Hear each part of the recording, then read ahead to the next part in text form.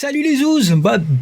Comme d'habitude, j'ai envie de dire bienvenue sur Zouzman Comics, la chaîne qui parle de comics et de tous ses dérivés. Ça va pas être une émission comme les autres, ça va pas être une vidéo comme les autres, j'ai quelques petits soucis techniques. Donc du coup, je fais une vidéo ambiance Max Faraday, qu'on va appeler la vidéo Max Farazouz. Tiens, voilà, la vidéo Max Farazouz. C'est-à-dire que j'ai pris des notes et je vais faire une vidéo filmée avec ma webcam, mais j'ai quand même un vrai micro. Et du coup, ça va être plutôt chill, hein. Et puis, ma foi, peut-être que ça vous plaira, ceci dit. Et on va être un peu plus dans l'impro, hein, malgré les petites préparations et les petites notes que j'ai pu prendre. Du coup, on va parler des achats que j'ai fait au mois de juin, que ce soit de mes achats VO ou VF. Faut que je renote un truc avant que j'oublie, parce que on va aussi parler du fait que Panini me casse un petit peu les bonbons, hein. Je vous expliquerai pourquoi après. On va parler aussi, qu'est-ce que j'ai noté, on va parler aussi de goodies, un petit peu de trucs, de quelques petites geekeries que j'ai pu trouver. On va parler aussi un petit peu de jeux vidéo et du service Xbox qui vient d'arriver sur les téléviseurs Samsung 2022. Ça peut intéresser du monde. Et on va parler aussi, on va faire un petit débrief des dernières séries TV que j'ai regardées. Voilà. Donc j'espère que vous êtes prêts. Installez-vous confortablement, on va passer un bon petit moment ensemble.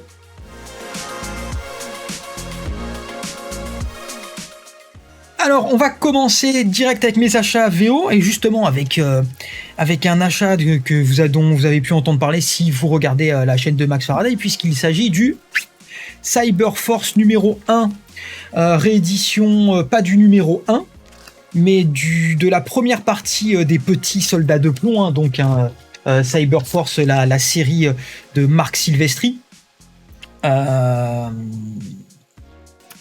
Comment dire, donc c'est pour fêter donc les 30 ans d'Image Comics cette année, donc il y aura plein de trucs comme ça. Après, moi Marc Silvestri j'adore, hein, il a un peu le même type de dessin que Jim Lee. Cyberforce, c'est pas ma série préférée, mais c'est plutôt agréable à lire. Vous voyez, ça reste quand même très sympa. Mais ça vaut surtout pour la petite interview qui est à la fin de Marc Silvestri et des couvertures de la série, tout ça, voilà. Et c'est rigolo parce qu'il y a une petite anecdote. Donc on découvre en lisant l'interview à la fin, parce qu'il y a une interview de Marc Silvestri de Scott Williams. Et en fait, on apprend qu'à l'origine, Marc Silvestri il avait voulu présenter et proposer la série Cyberforce à Marvel. Il n'avait pas eu le temps.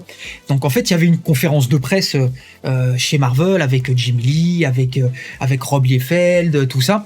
Ils étaient tous ensemble, mais c'était une conférence Marvel. Et lui, il avait envie un petit peu de parler, le Marc Silvestri. Il comprenait pas pourquoi, du coup, Rob Liefeld lui mettait des petits shoots pour lui dire « Allez, tais-toi, vas-y, tais-toi ». Parce qu'en fait, à l'époque, Rob Liefeld était dans le secret de la création d'Image Comics, et Marc Silvestri n'était pas du tout au courant.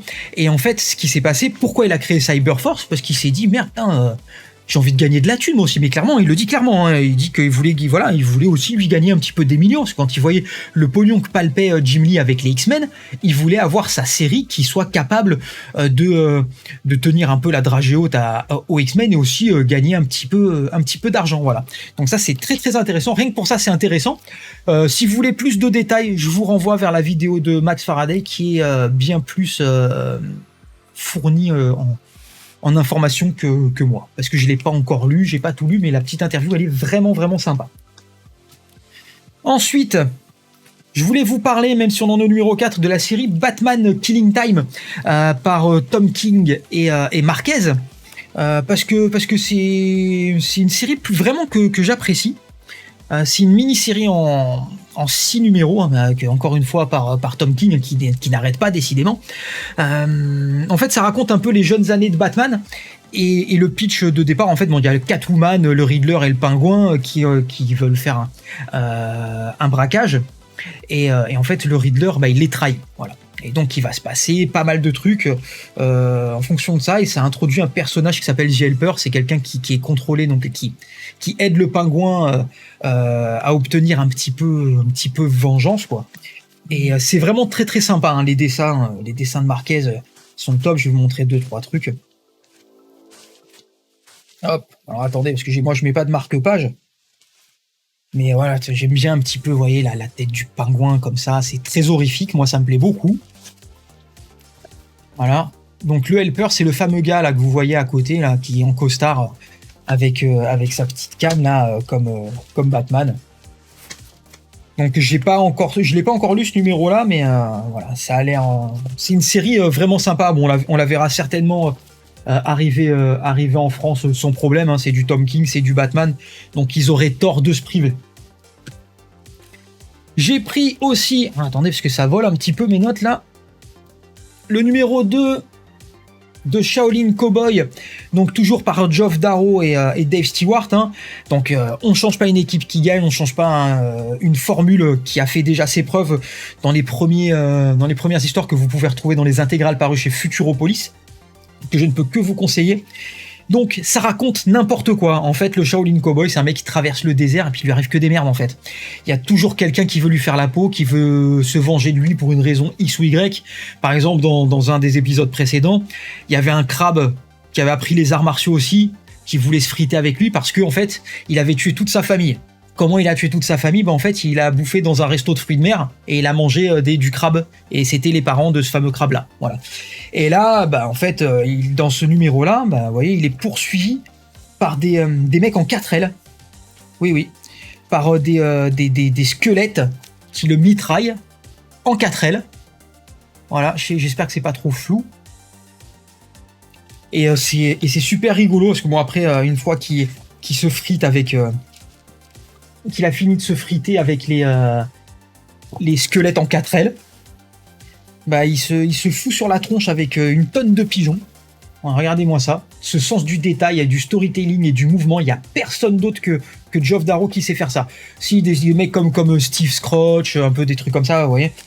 Et c'est foisonnant de détails, c'est hyper impressionnant, c'est ultra pop. Enfin, moi, vraiment j'adore. Voilà, et là, il se bat contre une espèce de poulet géant. Et c'est toujours fun. Franchement, ça, quand ça va. J'espère qu'on le verra rapidement en VF dès que ce sera terminé. Je pense que Futuropolis sera sur le coup. Hein. Mais moi, j'ai kiffé. Vraiment, j'ai kiffé. Rapidement, j'ai chopé en même temps donc la nouvelle série Amazing Spider-Man par Zeb Wells et John Romita Jr. Voilà. Donc j'en avais déjà parlé, hein. Moi je trouve que c'est une série qui est plutôt pas mal. Donc on retrouve un Peter Parker un petit peu au bout du rouleau, dans le sens où il s'est passé des trucs il y a 6 mois. Je sais pas ce que c'est cet événement, j'ai pas lu ce qu'il y avait avant donc je sais pas, mais je sais même pas si on est censé être au courant. Et en fait, Peter Parker, il a plus de pognon, il essaye de reprendre une vie normale, mais il fait un peu la tronche à tout le monde, on sait pas pourquoi, ses potes veulent venir le voir, il les envoie péter. Il doit beaucoup d'argent à tout le monde, et par la force des choses, en fait, il redevient un peu l'araignée sympa du quartier, c'est-à-dire qu'on n'est pas sur un Spider-Man qui va sauver le monde, il revient vraiment dans le quartier, bon gré, mal gré, il va devoir intervenir auprès du méchant qui s'appelle, comment il s'appelle déjà, Tombstone. Ouais, voilà, Tombstone qui est pas le super vilain qu'on voit le plus souvent. Et donc voilà, faut savoir que voilà, Mary Jane, elle a fait sa vie, elle a des enfants, tout ça quoi. Donc la vie de notre cher Peter Parker est compliquée. Et je voulais quand même vous montrer quelques dessins parce que je trouve que voilà, notre cher John Romita Jr., il est plutôt en forme. Mais vraiment, je trouve que ça fait vraiment plaisir à voir. Il y a des belles scènes d'action. Voilà, ça c'est un peu de la nouveauté, ce flou de mouvement chez John Romita Jr. Et donc, moi, si vous êtes déçu un peu de ce qui s'est passé sur Spider-Man dernièrement, c'est un bon nouveau départ, on va dire. Un bon nouveau départ. Et ça se lit facilement, ça réinvente pas l'eau chaude, hein. Ne vous attendez pas à un scénario complètement dingue, hein. Zeb Wells, c'est pas le mec le plus incroyable du monde. Mais voilà, moi j'aime Spider-Man quand il est pris notamment en charge par John Romita Jr. sur le dessin, donc pour moi, c'est un grand oui. Ensuite, hop, qu'est-ce que j'ai noté? Paf! Ah ouais, on en est là. Ok. Hop, donc, j'ai pris, bien entendu, la suite de Jurassic League. Donc, Jurassic League, c'est un truc en 6 épisodes, écrit par Daniel Warren Johnson et comment il s'appelle? Juan Gedeon, qui s'occupe des dessins. Donc, ce n'est pas Daniel Warren Johnson qui fait les dessins, lui, il s'occupe de la cover. Donc c'est pareil, imaginez à la préhistoire, donc un lézard enfin un dinosaure qui endosse le rôle de Batman. Ça se passe à Gotham City et à Metropolis. On a des mecs comme Brontosaro et comment il s'appelle comment il l'appelle? Je sais, ouais, c'est Giganta. Ouais, c'est Giganta, voilà. Comme là pour Bizarro, ils ont écrit à l'envers en fait les caractères, donc c'est pas facile à lire. Mais c'est fun, Vous voyez, voilà, ce Spider-Man, c'est une espèce de brontosaure. Et il y a aussi Wonder Woman. Regardez, Alpha Atrocitorus. Voilà. Donc pareil, c'est pas le truc le plus dingue du monde. Mais pour le délire, quoi. Pour le délire, c'est vraiment, vraiment sympa. Donc, Jurassic League, qu'on verra très probablement en France, en tout cas, je vous le souhaite. Parce que c'est vraiment fun et sympa. Un truc que j'ai oublié de noter, donc du coup je vais vous en parler vite fait, justement, puisque je parlais de Daniel Warren Johnson, j'ai pris forcément le premier numéro de Do a Power Bomb, écrit et dessiné par Daniel Warren Johnson. De quoi ça nous parle? Donc ça nous parle d'une femme qui est championne de catch et qui pendant un combat, malheureusement va avoir un accident et sa fille, des années plus tard, va vouloir reprendre le flambeau. Sauf qu'elle est très jeune et ça se passe pas très bien. Ça se passe 10 ans après la défaite de sa mère. Et du coup, il y a un être très mystérieux qui va la prendre en charge et qui va l'amener dans un monde un petit peu mystique dans lequel elle va devoir, a priori, faire des matchs de catch. Donc on retrouve un petit peu le délire de Murder Falcon, mais sauf que à la place de la musique, ça va prendre dans le milieu du catch, qu'affectionne beaucoup DWJ. Et on sent qu'il va vouloir créer une nouvelle mythologie et qui va encore nous parler effectivement de deuil, de solitude, de dépassement de soi pour affronter les vicissitudes de la vie. Et toujours avec un sens du rythme et un sens du storytelling assez unique et assez incroyable.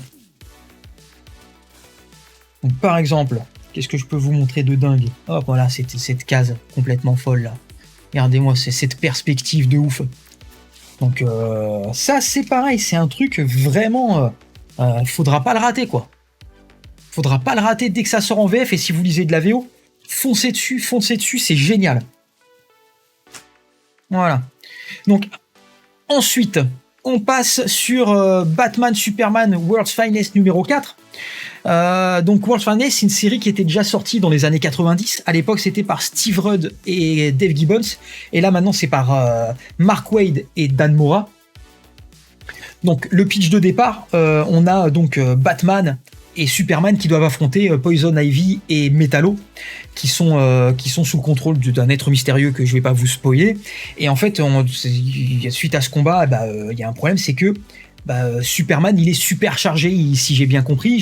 Je me suis arrêté au numéro 2, j'ai pas fini de lire les 2 issues qu'il y a après là. Il va exploser, quoi.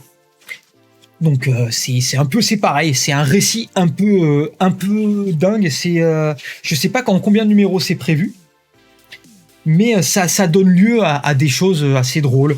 Donc Dan Mora, c'est quelqu'un d'assez dynamique dans ses dessins. Et il y a aussi des passages complètement what the fuck. Hein. Si vous suivez un peu l'actualité de Batman sur les réseaux, vous savez qu'il va se passer un truc, et vous avez certainement vu un petit peu ce personnage qui est un mélange d'une fusion, le résultat d'une fusion entre Superman et Batman, c'est n'importe quoi, qui vont devoir donc affronter ces personnages-là que vous voyez là, hein.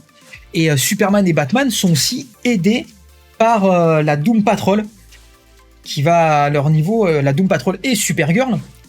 Donc c'est sympa, regardez, c'est comme d'habitude, hein. Voilà, on a du truc, Dan Mora aussi, hein, il maîtrise. Il maîtrise. Voilà. Donc, une excellente série. Enfin, excellente.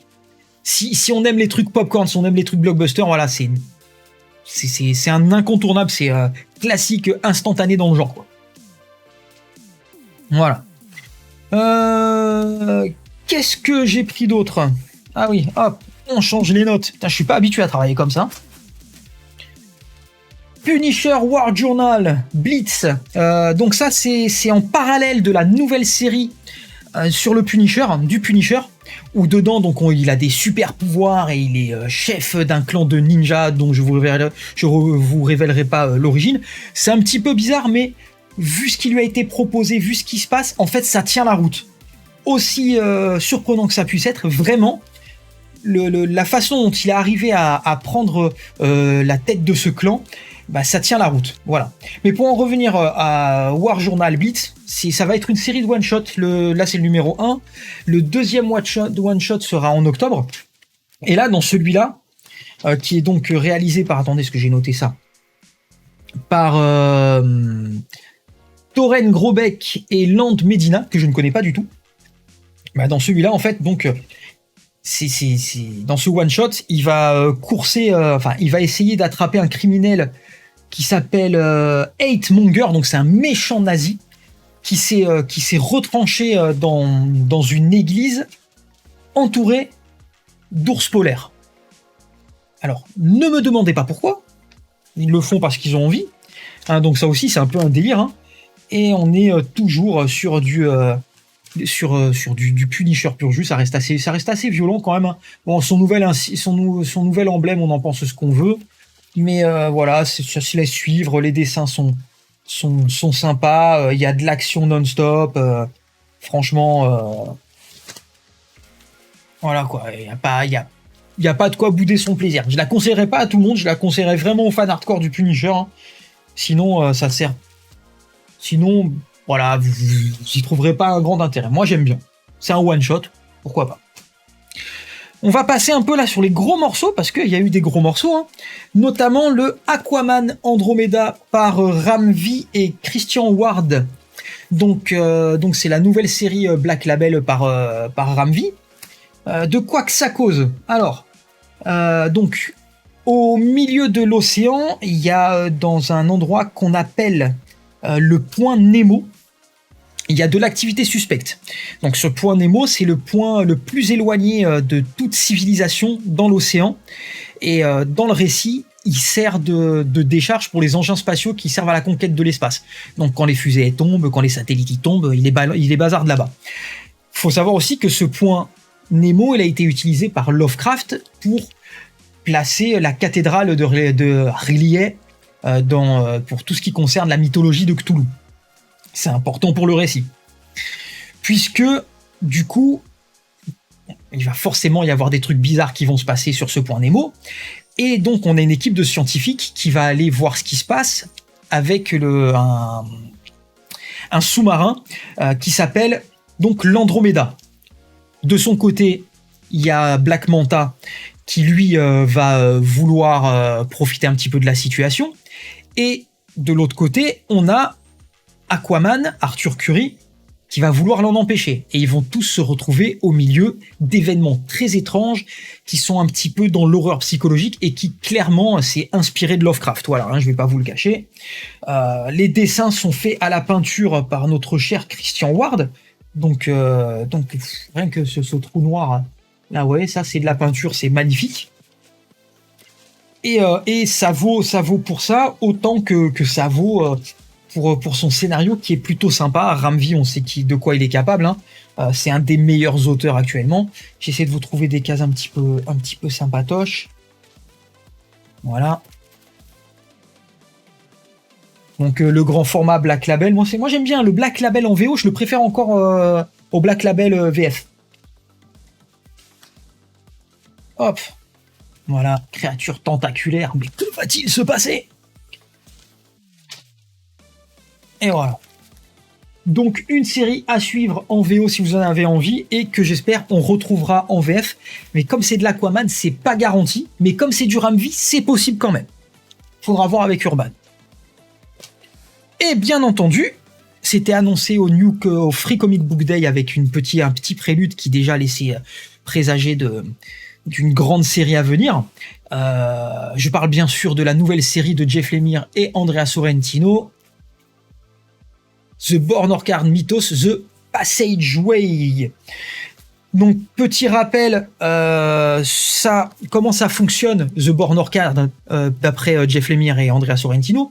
Donc, il va y avoir plusieurs graphic novels comme ça, hein, quand même graphic novel pas bien épais, pour la modique somme de 17,99$, soit 18 € en France. Voilà, donc il y aura plusieurs graphic novels comme ça, mais il y aura aussi une série limitée, ou une ongoing, encore je sais pas trop, et tout sera interconnecté. Voilà, ce sera une sorte de multivers, mais comment j'ai noté ça? Ouais, c'est un univers partagé, voilà. Un univers partagé où plusieurs histoires vont s'entrecroiser. Donc pour celui-là, de quoi ça parle? En fait, il y a un géologiste qui va aller enquêter sur des événements mystérieux, encore des événements mystérieux, qui se passent dans un phare reculé. Et là, il va découvrir un trou. Et qu'est-ce qui se passe vis-à-vis de ce trou? Vous allez me dire, il faut le lire pour le savoir. Donc ça, c'est sûr, ça va arriver en France, vous inquiétez pas.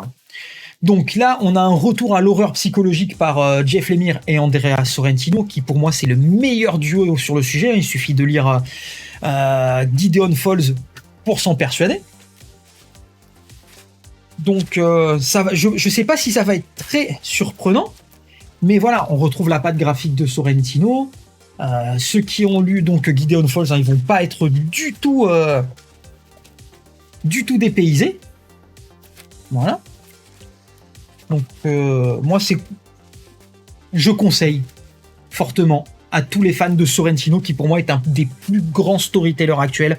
C'est le meilleur duo d'horreur et je pense qu'ils ont marqué déjà d'une pierre blanche le genre avec Gideon Falls, mais ils n'ont pas fini. Ils n'ont pas fini et je pense que ça, on n'a pas fini d'en entendre parler. Regardez, hop, la petite ici là.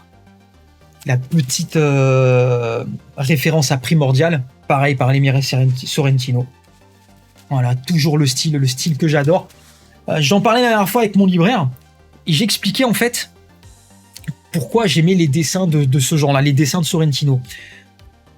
En fait, même si l'histoire elle peut être moyenne, Sorrentino, sur moi, ce qu'il provoque, c'est des sensations physiques. C'est-à-dire qu'il arrive à m'angoisser, il arrive à me faire peur, à me faire sentir vraiment pas très bien quand je lis ces histoires. Et comme Lemire, en plus, il raconte des super histoires, le choc des deux mondes, sur moi, ça marche vraiment. Voilà, c'est vraiment des récits sensitifs, plus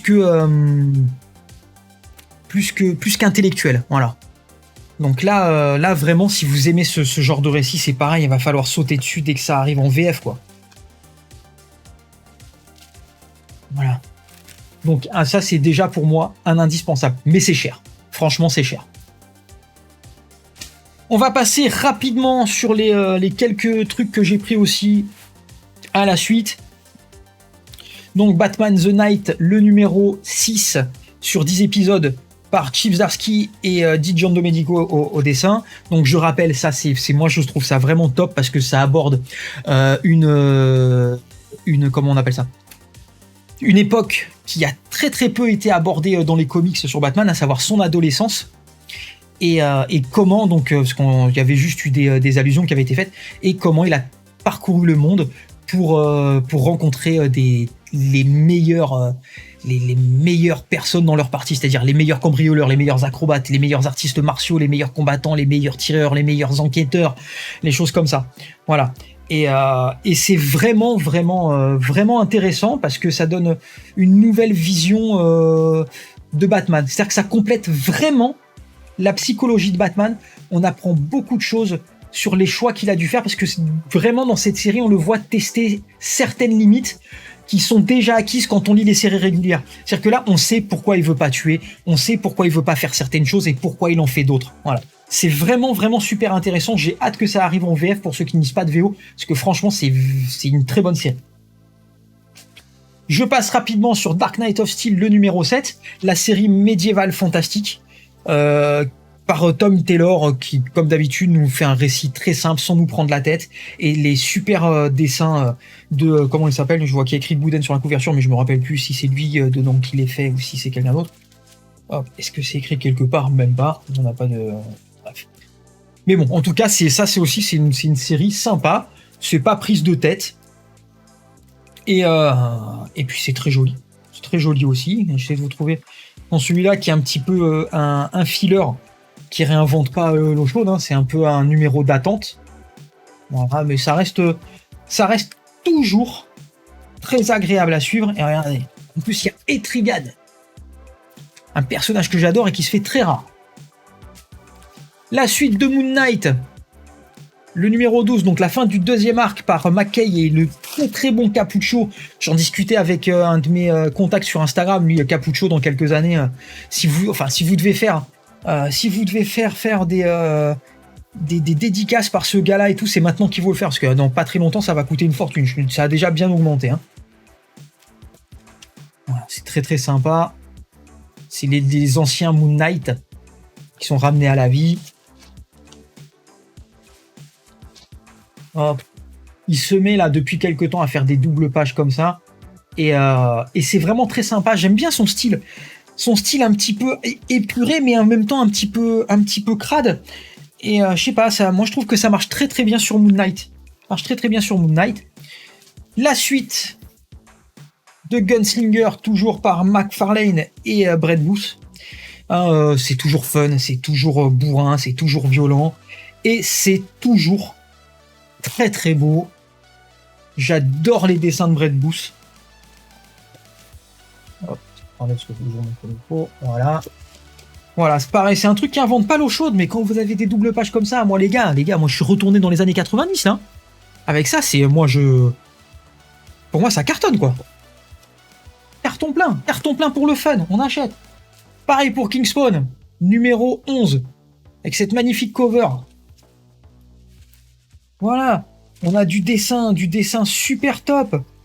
Est-ce que ça raconte? Est-ce que c'est vraiment le plus important dans ces séries-là? Non, c'est un délire régressif que j'assume parfaitement, et malgré tout, ça reste écrit correctement. Enfin, c'est mieux que ce qu'on a pu avoir dernièrement en VF, en tout cas. Voilà. C'est cool. Et on finit donc avec le numéro 2 du Moon Knight Black, White and Blood. J'ai toujours pas le numéro 1, je l'ai pris parce qu'en fait, il y a une histoire écrite par Jonathan Hickman et je suis amoureux de Jonathan Hickman. Je pense que c'est mon frère caché. On a beaucoup de choses en commun. Voilà. Donc, toujours voilà, le même principe du Black, White and Red. Je vous refais pas la morale. Hein, des histoires courtes par des équipes créatives différentes. Et ça peut être sympa, comme ça peut être pas terrible. De toute façon, je sais déjà que ça va être déséquilibré. Voilà. Ensuite, on va passer sur la VF rapidement, et c'est là que je vous parle de Panini, en fait. Donc Panini me fatigue avec leurs annonces, leurs super annonces. Ouais, en juin, il sort ça, en mai, il sort ça, en juillet, il sort ça, et patati et patata. Et on sait les problèmes qu'il y a depuis longtemps. Donc en fait, j'ai envie de dire, si tu sais pas, si t'es pas sûr, tu fais pas d'annonce. Ou tu annonces que le titre, il est prévu pour le courant du deuxième trimestre, ou du troisième trimestre, ou du deuxième semestre 2022, mais tu donnes pas de date, surtout si c'est pour donner des dates. Je vais prendre l'exemple de l'omnibus She-Hulk, parce que ça me gonfle, parce que je l'attends depuis un moment. Ça a été annoncé une première fois, et après ça a été repoussé une première fois. Et ensuite, ça a encore été repoussé, mais je te jure, cette fois-ci, c'est vrai, la date, c'est la bonne et compagnie. Et ça a encore été repoussé, ça devait sortir la dernière semaine de juin. Finalement, ça arrive la semaine prochaine avec, ils ont mis les photos,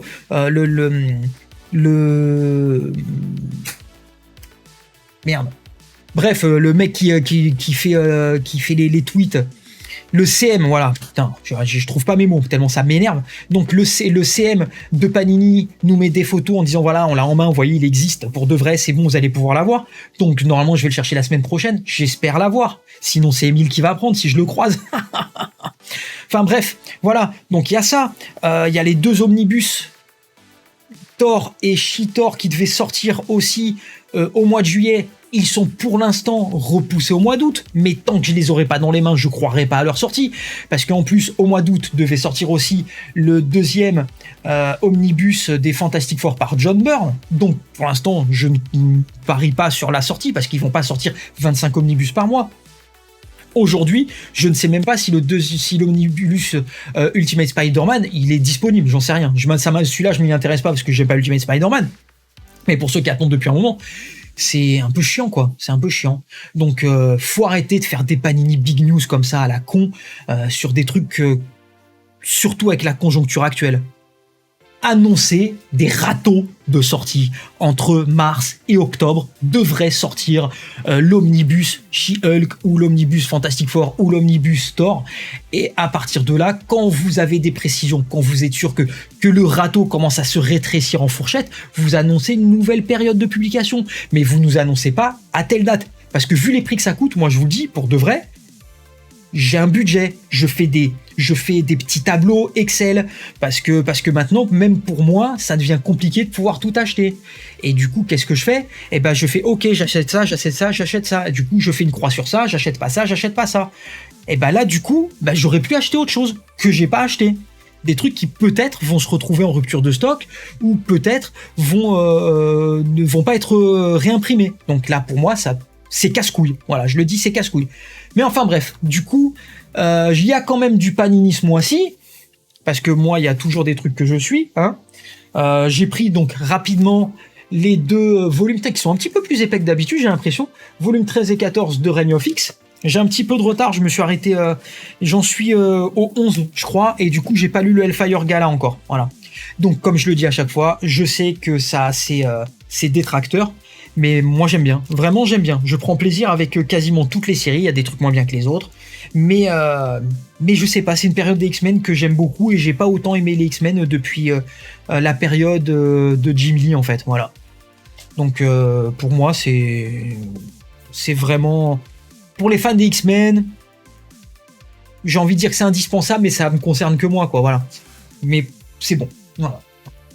J'ai pris chez Urban le tome 3 donc de Batman Infinite, voilà, très rapidement. Hein.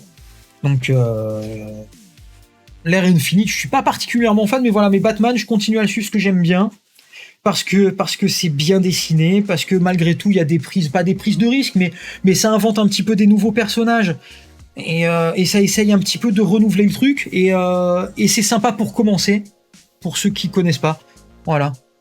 Donc là, en fait, État de terreur, là on est sur la fin de Fear State, si je dis pas de conneries. Mais regardez, voilà, ça reste quand même agréable à l'œil. Après, c'est Tom Taylor il y a du Tom Taylor dont j'avais même pas vu. Et Jorge Jiménez au dessin, voilà, c'est toujours cool, quoi. C'est toujours cool. Il n'y a pas grand chose à dire. C'est pas le truc pareil, c'est pas le truc le plus fou de l'année, mais c'est sympa, voilà. C'est sympa. Interlude. On s'en fout. Ouais, après, ça change de dessinateur, tiens, à la fin. Par contre, c'est qui à la fin ? Ah, cool. On a les épisodes de Riccardo Federici. Ça, c'est cool, par contre. J'avais pas fait attention, parce que je suis pas l'ongoing en VO. Mais voilà.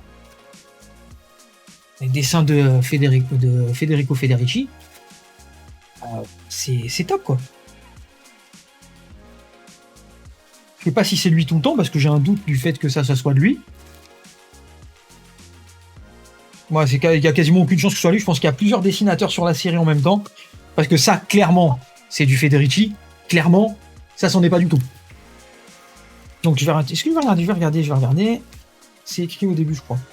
Ah oui, dessin et ancrage. Donc, Riccardo Federici, Christian Duce, Ryan Benjamin, Game March et Trevor Hersin. Voilà.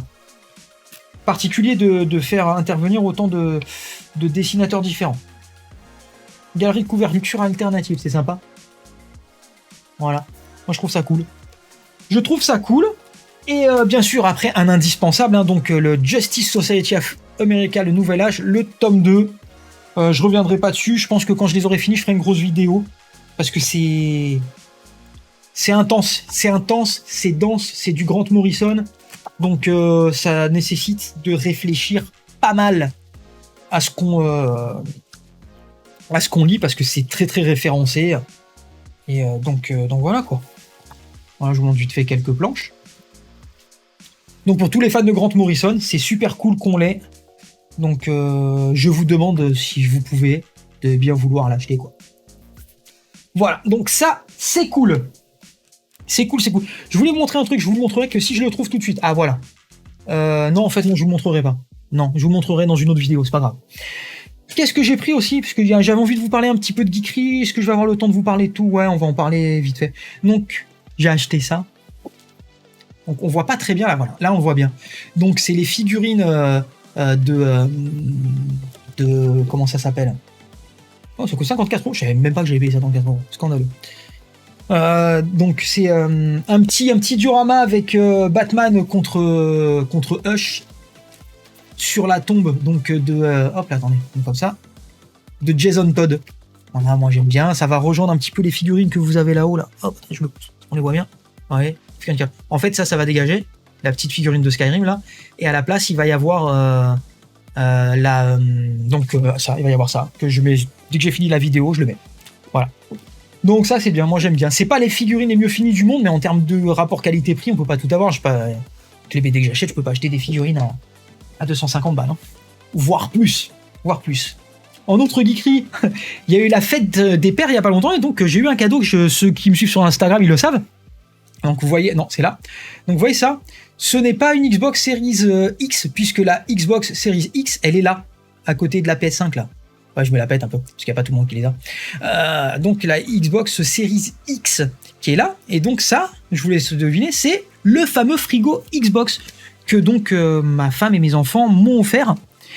Et c'est rigolo, c'est un objet collector, c'est pas un vrai frigo. Qui est un peu escroqué, en vrai c'est une glacière. Une glacière électrique. Donc ça maintient au frais, faut pas le laisser allumer tout le temps, mais c'est rigolo parce qu'il y a un petit peu d'éclairage. Là je peux pas vous le montrer. Mais dans le noir, si j'appuie sur un bouton, en fait, il y a la lumière verte en haut qui va apparaître. Et là, vous avez aussi le petit voyant, de la Xbox. Vous voyez qui s'éteint. Je sais pas si on m'entend bien. Ouais, hop, là, vous voyez, là, il s'éteint. Et ça s'allume. Et dedans, voilà, le petit frigo. C'est cool. Alors, du coup, le soir, plutôt que de me lever, le soir, je me mets ma petite gourde ou ma petite canette, mon petit truc frais à manger et compagnie. Et voilà, donc c'est plus pour le délire collector, parce que ma femme sait que je suis un gros geek et que j'adore ce genre de truc. Et du coup, elle s'est fait chier parce que ça a été très difficile à avoir. Voilà, ça c'était vraiment le gros truc geek que je voulais vous montrer. Et donc, sans transition, on passe un petit peu de jeux vidéo, parce qu'il y a un truc qui est arrivé donc hier. C'est le nouveau service Xbox. Donc, faut savoir que donc, chez Xbox, vous avez le service Xbox Game Pass qui permet donc de jouer sur PC, sur console et sur téléphone aux jeux du catalogue Xbox. Donc, on peut y jouer soit si on a le disque, on joue avec le disque, soit avec la console directement, on télécharge le jeu sur le disque dur de la console et on y joue. Mais là, ça vient d'arriver aussi. C'était déjà le cas sur les téléphones Samsung et sur d'autres téléphones, sur les téléphones Android, je sais pas si Apple c'est le cas, mais aussi sur les nouvelles télé Samsung de 2022 qui sont sorties il y a quelques mois. Avec la dernière mise à jour, vous avez accès au Xbox Game Pass. Et du coup, vous pouvez jouer aux jeux du catalogue Game Pass sans avoir de console. Et ça annonce un peu la fin des consoles, je vais pas vous mentir, parce que du coup j'ai essayé, j'ai joué à Skyrim, j'ai joué à l'excellent Teenage Mutant Ninja Turtle Shredder's Revenge. Il y a zéro latence, mais vraiment. Sur le téléphone, c'était pas la même limonade, c'est la galère. Sur le téléphone, c'est presque injouable. J'ai pas réessayé, peut-être que ça s'est amélioré. Mais franchement, c'est assez ouf, quoi. Alors, en termes de résolution, ça dépend de votre débit. Moi, je suis en Wi-Fi, je suis pas en filaire. Mais j'ai un très bon débit Wi-Fi. Et sincèrement, ça passe, quoi. Ça passe, hein. Les Tortues Ninja, c'est un truc à l'ancienne, ambiance Super Nintendo, donc forcément, il n'y a pas besoin de beaucoup de débit. Sur Skyrim, c'est un peu plus compliqué, donc on perd un peu de profondeur de champ, mais franchement, c'est largement jouable. C'est un truc de fou. À tel point que je vais tester ça cet été, et si ça marche bien, et si ça me suffit, pour le peu que j'allume ma Xbox Series X, je vais la revendre. Je vais la revendre, et pour vraiment les beaux jeux que je vais vouloir faire, j'ai un PC de compète de la guerre de la mort qui tue, je vais y jouer sur le PC. Voilà, donc si vous avez l'occasion d'essayer, si vous avez l'intention d'acheter un nouveau téléviseur Samsung cette année, et je pense que ça va arriver même sur d'autres téléviseurs, franchement, faudra essayer parce que ça vaut vraiment le coup. Ça vaut vraiment le coup. On va terminer sur un petit point série vite fait. Je voulais vous parler d'Obi-Wan pour vous dire que en dehors de l'interprétation de notre cher Obi-Wan par l'acteur dont j'ai oublié le nom, qui pourtant est très connu, mais je vous en dis tellement de trucs depuis tout à l'heure que du coup j'ai oublié son Ewan McGregor, voilà, du très bon Ewan McGregor qui lui est très bien écrit. Le reste c'est du caca. C'est franchement pas terrible, hein. La réalisation c'est n'importe quoi, les courses-poursuites en carton dans 10 mètres carrés où les mecs qui sont stoppés par une branche et qui arrivent pas à attraper une gamine, c'est scandaleux. Ce qui se passe avec l'ordre, je sais plus comment ça s'appelle. Enfin bref, avec la méchante Black, son déroulement, je l'avais capté depuis le début ce qui allait se passer. Enfin bref, il y a vraiment pas de quoi fouetter un chat, même si, comme à chaque fois, les apparitions de Dark Vador sont fun, on a de jolies images à ce moment-là. Les combats contre Obi-Wan sont plutôt sympathiques, mais il y a trop de trucs débiles pour qu'on puisse vraiment dire que c'est une bonne série. C'est même pas une série moyenne, non, vraiment c'est mauvais. C'est mauvais. Miss Marvel, c'est vraiment très sympa. Alors pour le compte, elle rentre dans le top 3 des meilleures séries sur Disney+, sur Marvel, puisque moi en premier, je vais vous mettre celle que j'ai préférée, c'est... même pas, je crois elle va être deuxième. Parce que celle que j'ai préférée, c'est WandaVision. WandaVision, c'est celle qui m'a le plus touché. Ensuite, je peux vous mettre directement Miss Marvel parce que c'est moderne, parce que c'est cool, parce que c'est fun, parce que il y a des vrais enjeux en termes de psychologie de personnage dans l'adolescence, tout ça. Ça n'appuie pas trop sur l'islam en fait. C'est vraiment, voilà, elle est musulmane, mais finalement c'est juste un décorum pour montrer en fait comment elle vit, comment ses parents voient la vie et ses frères et sœurs. Ça donne plutôt lieu à des séances parfois marrantes parce que ce sont des musulmans, mais ce sont des musulmans du Pakistan, donc c'est pas encore pareil que nous, l'image des musulmans qu'on a en France, puisqu'il y a un fort attachement à la culture indienne aussi, voilà. Et c'est plutôt sympa, mais bon, voilà. L'évolution psychologique de cette jeune adolescente est vraiment cool. Au début, j'avais un petit peu de mal avec le fait qu'ils aient changé ses pouvoirs. C'est-à-dire que là où on avait une espèce de Mister Fantastique, là on a une espèce de Green Lantern qui donne vie aux visions qu'elle a à travers son bracelet. C'est un peu con, mais bon, d'après ce que j'ai compris, c'est pour pas faire doublon avec Monsieur Fantastique qui va bientôt être ramené dans le MCU. Enfin, bientôt à l'échelle du passage du temps dans le MCU, voilà.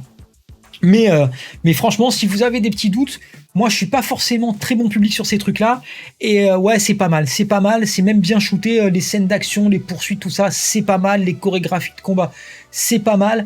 Par contre, comme c'est une série Disney+, comme d'habitude, les antagonistes, les méchants et tout, leur motivation on comprend pas trop, enfin si on comprend, mais ils sont pas assez, c'est pas assez approfondi, c'est vraiment le seul défaut que je pourrais mettre sur la série. Voilà.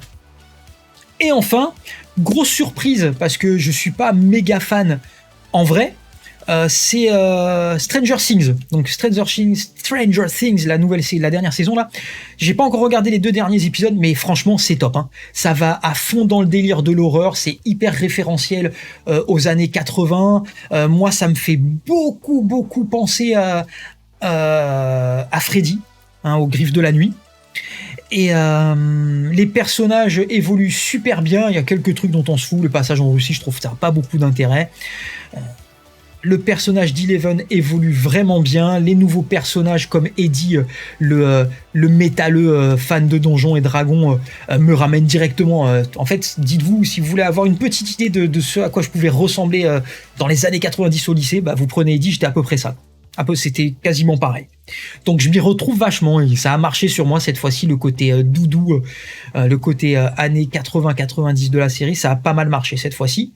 Le côté horreur est vraiment bien foutu, je le déconseille de montrer ça aux enfants. Et en plus, ils ont eu la très très bonne idée de faire une bonne partie des effets spéciaux en dur, comme le grand méchant de l'histoire, dont la plupart des effets, c'est un costume. Donc c'est sympa parce que ça le rend tangible et je trouve que les effets spéciaux physiques vieillissent mieux que les effets spéciaux numériques. Donc voilà, il y a de la vraie mise en scène, il y a de la vraie direction d'acteur. Franchement, c'est pareil, c'est très surprenant. C'est la dernière bonne série qui existe sur Netflix, donc autant en profiter. Parce que Netflix, on sait que ça va plus du tout. Voilà, donc en gros, si vous aviez des doutes, si vous êtes pas fan de Stranger Things, si ça déjà la série ne vous disait rien, donnez-lui une chance, rien que ne serait-ce que pour cette saison-là et même les autres avant qui sont pas trop mal. Franchement, ça vaut le coup. Ça vaut le coup. Bah voilà, ça fait quand même 45 minutes, c'est bien plus long que ce que j'avais imaginé. Donc du coup, j'espère que la vidéo vous a plu. Si vous êtes resté jusque-là, je vous encourage. Je vais le rappeler parce que j'ai eu des déconvenus avec ma dernière vidéo. Enfin, déconvenus. Je suis un petit peu déçu pour ma dernière vidéo qui n'a même pas atteint les 200 vues. Je vais vous le dire en direct. Je vais vous le dire en direct parce que je suis un petit peu dégoûté de la vie en vérité. Vas-y, bouge-toi. Sors. Hop, alors on en est où? Donc, ma dernière vidéo fait 174 vues. C'est quasiment la pire de mes vidéos. Pourtant, c'est une vidéo dans laquelle j'ai mis beaucoup de cœur, dans laquelle il y a eu beaucoup de travail de montage, d'effets spéciaux et tout. C'était peut-être trop, je sais pas. Et donc, du coup, elle a pas été vue. Malgré les gens qui ont partagé, elle a quand même été plutôt partagée.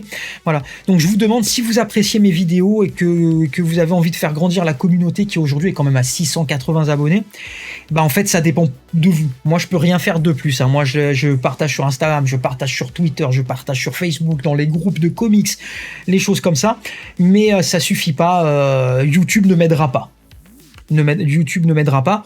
Donc c'est à vous vraiment de liker, de mettre un commentaire, même si c'est pour dire que vous n'avez pas aimé tel truc et que vous avez aimé un tel truc, peu importe, moi je suis pas contre les critiques négatives.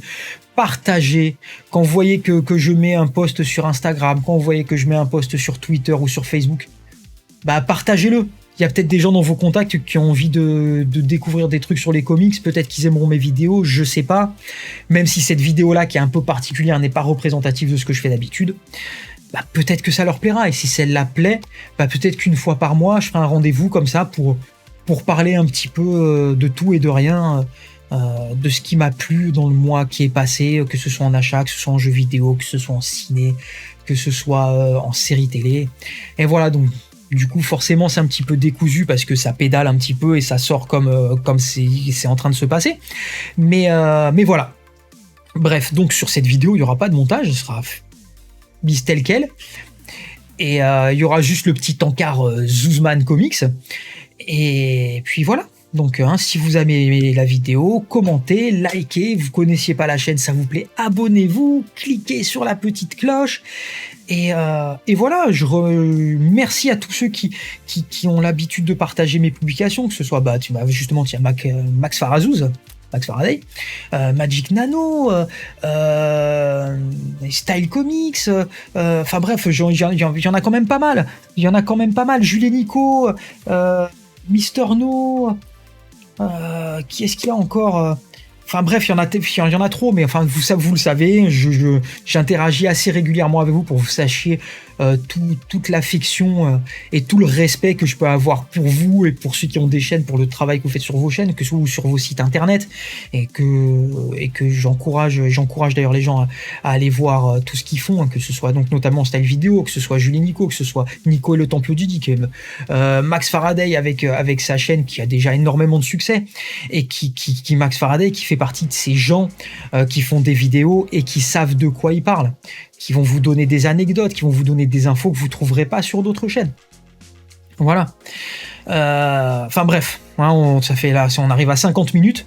Je vais préparer une vidéo sur un bouquin que je suis en train de lire, que Comics Initiative m'a envoyé. Donc ce sera donc... j'ai oublié le titre là, je suis fatigué. Je suis fatigué, mais enfin bref, la prochaine vidéo ce sera ça. Je sais pas quand est-ce qu'elle sortira, faut que je finisse de lire parce que c'est très dense, c'est très intéressant, mais c'est une narration pas datée, mais qui est très différente de ce qu'on peut avoir d'habitude et qui du coup nécessite de lire assez lentement pour vraiment l'apprécier. Mais en tout cas, je vous en parlerai rapidement. Enfin rapidement, d'ici une semaine ou deux. Voilà, sachant que c'est les vacances d'été, donc je pense qu'on va être sur un rythme d'une vidéo tous les 15 jours, peut-être un live entre deux, je sais pas. Voilà. Enfin, en tout cas, bref, comme je vous dis toujours, profitez de vos vacances si vous êtes en vacances, profitez de vos proches, prenez soin de vous et de vos proches, et surtout, lisez un max. Allez, ciao les zouzes.